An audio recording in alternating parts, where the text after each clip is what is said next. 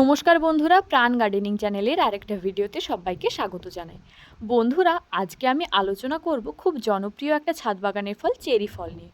Cherry সাধারণত ভারতে 3 প্রকারের দেখা যায়। এক হচ্ছে ব্ল্যাক সুরিনাম চেরি, যেটা তোমরা এখন স্ক্রিনে দেখছো।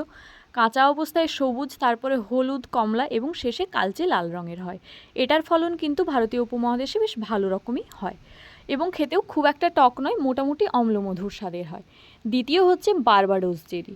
বন্ধুরা, এটা কিন্তু সাধারণত একটু টক ভাব বেশি থাকে, তবে প্রচুর ফলন হয় আমাদের এই গাঙ্গেয় সমতল ভূমির যে ওয়েদার আছে তাতে। তো আরেকটা যেটা হয় সেটা হচ্ছে স্ট্রেলা চেরি। এটা একদম কম টেম্পারেচারে হয়, তাই আমাদের এরকম অঞ্চলে, পশ্চিমবঙ্গের মতো জায়গায় এটাকে প্রতিস্থাপন করলেও গাছ হয়, কিন্তু ফল সেরম পাওয়া যায় না। তো বারবাডোস চেরি টক যদিও হয়, কিন্তু ওটাকে মিষ্টি করার একটা প্রসেস আছে। তো চলো, আমি আজকে চেরি গাছের প্রতিস্থাপন ও তার সম্পূর্ণ পরিচর্যা নিয়ে তোমাদের সাথে আলোচনা করব। বন্ধুরা, এটা আমার একটা বারবাডোস চেরির গাছ। দোকানদার আমাকে এমনি গিফট করেছিল, যেহেতু আমি ওর থেকে প্রচুর চারা গাছ কিনি। তো গাছটা কেনার সময় মোটামুটি এই রকম অবস্থায় ছিল। মাস 6 আগে এটাকে আমি প্রতিস্থাপন করেছিলাম। তো ভিডিওটা আমার সেই সময়ই করা ছিল। তো গাছটার মোটামুটি বুশিনেস খুব ভালো ছিল দেখে আমি নিয়ে এসেছিলাম এটাকে। এঁটেল মাটির মধ্যে একটা ছোট্ট গ্রো ব্যাগের মধ্যে গাছটা ছিল। গাছের গ্রোথটাও কিন্তু খুব সুন্দর। এটাকে কিভাবে প্রতিস্থাপন করে আমি এর থেকে ফল পেয়েছি সেই নিয়ে গোটা আলোচনাটা আমি তোমাদের সাথে করব। বন্ধুরা, ব্ল্যাক সুরিনাম চেরির কিন্তু আমাদের এখানে পলিনেশন রেট তুলনামূলক কম। তার থেকে কিন্তু বারবাডোস চেরির পলিনেশন রেট তুলনামূলক বেশি এবং ফলও কিন্তু প্রচুর পরিমাণে পাওয়া যায়। তো চলো, এর প্রতিস্থাপন পদ্ধতিটা আমরা দেখে নিই। প্রথমেই আমি মাটি প্রস্তুত করে নিয়েছি। মাটি প্রস্তুত করার জন্য আমি নিয়েছি 2 ভাগ গার্ডেন সয়েল এবং তার সাথে নিয়েছি 1 ভাগ 1 বছরের পুরনো পচানো গোবর সার। তোমরা চাইলে পাতা পচা সার বা ভার্মি কম্পোস্ট ইউজ করতে পারো, এবং 1 ভাগ কোকোপিট ইউজ করেছি। চেরি গাছ খুব তাড়াতাড়ি বড় হয় এবং এর রুট খুব তাড়াতাড়ি স্প্রেড করে, তাই আমি যেহেতু এটাকে গরমের শুরুর দিকে লাগিয়েছিলাম, আমি কিন্তু 10 ইঞ্চির টবে লাগিয়েছি। তবে এটা কিন্তু এর কিছুদিন পরেই আবার রিপোর্ট করতে হবে। 1 বছর পরেই এটাকে 18 বা 20 ইঞ্চির কোনো টবে বা হাফ ড্রামে দিলে সবথেকে ভালো হয়। তবে যারা শীতের আশেপাশে রোপণ করবে তারা কিন্তু 6 থেকে 8 ইঞ্চি টবে রোপণ করো। আমি 12 ইঞ্চি টবে এই মাটি তৈরির পর এর সাথে মিশিয়েছিলাম 1 চামচ সর্ষের খোল, খাওয়ার চামচের 1 চামচ নিম খোল, 1 মুঠো হাড়ের গুঁড়ো এবং 1 মুঠো শিংকুচি, সাথে ছোট আইসক্রিম চামচের 1 চামচ অর্থাৎ 2 গ্রাম মতো চুন। পান খাওয়ার দোকানে যে চুন পাওয়া যায় সেই চুন। সেটাকে মিশিয়ে আমি 15 দিন মতো মাটিটা রেখে দিয়েছিলাম। 15 দিন পর মাটিটাকে আমি বের করেছি, বের করে আবার ভালো করে শুকিয়ে নিয়েছি। এবার আমি গাছটাকে প্রতিস্থাপন করব। তো বন্ধুরা, গাছটা আমি প্রথমে চেষ্টা করেছি যে নার্সারির যে মাটিটা ছিল সেই মাটিটা তো খুব একটা ভালো কোয়ালিটির মাটি হয় না, তাই সেটা যতটা পারা যায় ছাড়িয়ে দিতে। তবে এর সাথে এটাও খেয়াল রাখতে হবে, চেরি গাছের রুট যেহেতু খুব নরম রুট হয়, সেটা যেন খুব বেশি ড্যামেজ না হয়। বন্ধুরা, সবথেকে কম পরিচর্যায় কিন্তু চেরি গাছ থেকে প্রচুর ভালো রেজাল্ট পাওয়া যায়। ছাদ বাগানের লুকসের দিক থেকে অন্তত এটা একটা আইডিয়াল ফ্রুট হিসেবে কাজ করতে পারে।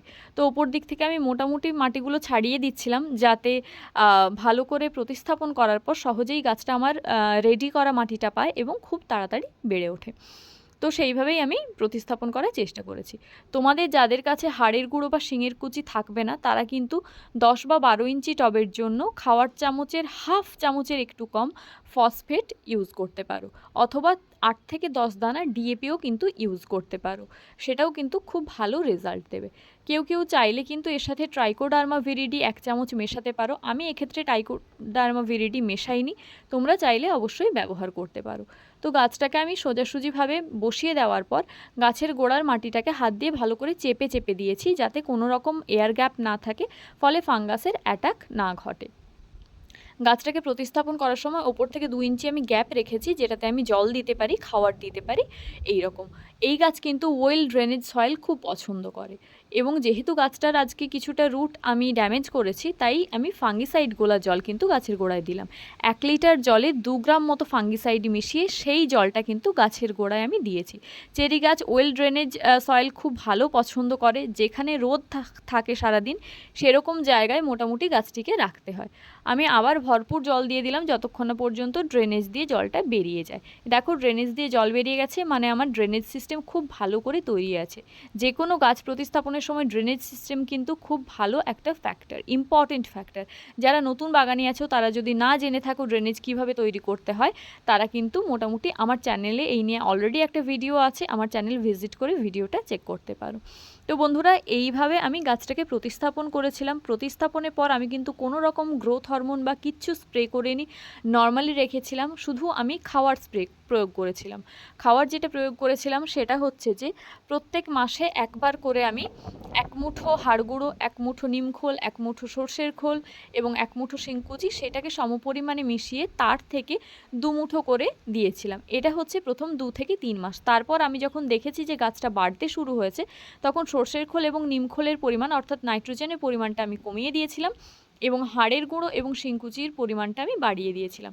সেক্ষেত্রে আমি 1 চামচ সর্ষের খোল, 1 চামচ নিমখোল, 1 মুঠো হাড়ের গুঁড়ো এবং 1 মুঠোর একটু কম শিংকুচি একসাথে মিশিয়ে দিয়েছিলাম। এই গোটা উপকরণের সাথে যেহেতু পটাশ ছিল না, তাই আমি 1 চামচ করে এসওপি বা সালফেট অফ পটাশ দিয়েছিলাম। তোমাদের কাছে সাদা পটাশ না থাকলে তোমরা কিন্তু মিউরেট অফ পটাশ বা লাল পটাশও এর পরিবর্তে ব্যবহার করতে পারো, সেক্ষেত্রেও কোনো সমস্যা নেই।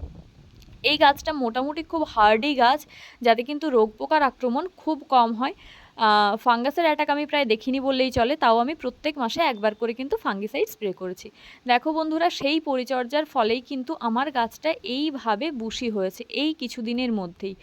তারপরে মোটামুটি ডালপালা প্রচুর ছাড়তে স্টার্ট করেছে এবং গাছের গোড়ার রুট কিন্তু যথারীতি বাউন্ড হতে স্টার্ট করেছে। এই অবস্থায় যদি একে রিপোর্ট না করা হয়, আর কিছু মাস থাকলে কিন্তু এই টবটা ফাটিয়ে দেবে এর রুটের প্রেসারে। তো বন্ধুরা, আমি যেহেতু এখন বর্ষাকাল চলছে, তোমরা আমার ছাদটা দেখেই বুঝতে পারছো, তো সেই রকম অবস্থায় আমি গাছটাকে রিপোর্ট করলাম না। বর্ষার শেষে চেরি গাছের কিন্তু ফুল ফল আসা তুলনামূলক একটু কমে যায়, সেই সময় আমি গাছটাকে রিপোর্ট করে দেব, রুটটা কম ড্যামেজ করে, এবং গাছের ডালপালাগুলো একটু ছেঁটে দেব। তো এইভাবে পরিচর্যা করতে করতে আমার যখন মনে হলো যে এবার ফুল ফল আসার সময় হবে, তখন আমি গাছের গোড়ায় 1 চামচ করে সর্ষের খোল, 1 চামচ নিমখোল দিতাম, 1 মুঠো হাড়ের গুঁড়ো দিতাম এবং 1 চামচ সালফেট অফ পটাশ দিতাম। এটা মোটামুটি 3 থেকে 4 বার কন্টিনিউ করেছি আমি, প্রায় 1 মাসের ব্যবধানে। তারপরে আমি দেখেছি আমার কাছে কিন্তু ফুল আসতে স্টার্ট করেছে। প্রথম প্রথম ফুল এলেও তাতে যাতে ফাঙ্গাসের অ্যাটাকে ফুলগুলো নষ্ট না হয়ে যায়, সেই জন্য আমি কিন্তু এই সময় কন্ট্যাক্ট ফাঙ্গিসাইড ইউজ করেছি। 1 লিটার জলে 2 গ্রাম মতো ব্লাইটক্স বা কপার অক্সিক্লোরাইডের যে ফাঙ্গিসাইডটা হয়, সেটা মিশিয়ে ভালো করে গোটা গাছে আমি 2 বার মতো স্প্রে করেছি। যাদের বাড়িতে ছাদে দেখবে মৌমাছি প্রজাপতির আগমন কম হয়, তারা কিন্তু 2 লিটার জলে খাওয়ার চামচের 1 চামচ মধু দিয়ে ভোরবেলা গোটা গাছে ভালো করে স্প্রে করে দেবে। তাহলে মধুর গন্ধে কিন্তু প্রচুর মৌমাছি আসবে, ফলে চেরিতে কিন্তু পলিনেশন খুব বেশি হবে। যত বেশি পলিনেশন হবে তত কিন্তু গাছে ফ্রুট সেটিং বেটার হবে। তবে যে কোনো ফলের গাছের শুরুর দিকে প্রথম 2 বছর ফল তুলনামূলক কম হয় না বললেই চলে, কিন্তু পরের দিকে কিন্তু গাছটা একটু সেট হয়ে গেলে প্রচুর ফল হয়। তো বন্ধুরা, এই গাছে কিন্তু ফ্রুট সেটিং হওয়ার পর আমি অ্যাফিডসের উৎপাত খুব দেখেছিলাম। তাই যারা অ্যাফিডসের উৎপাত থেকে বাঁচতে চাও, তারা ডাইমেথয়েড 30% এই কম্পোজিশনের যে ওষুধ আছে, রোগর প্লাস বা টাফগর, 1 লিটার জলে 2 ml মতো মিশিয়ে গোটা গাছে ভালো করে স্প্রে করে দিতে পারো, দেখবে অ্যাফিডসের উৎপাত পুরোপুরি চলে যাবে। এছাড়াও যারা রাসায়নিক ব্যবহার করতে চাও না, তারা কিন্তু নিম তেল 1 লিটার জলে 2 ml মতো মিশিয়ে সেটাকে 15 দিন ছাড়া ছাড়া একবার করে স্প্রে করতে পারো।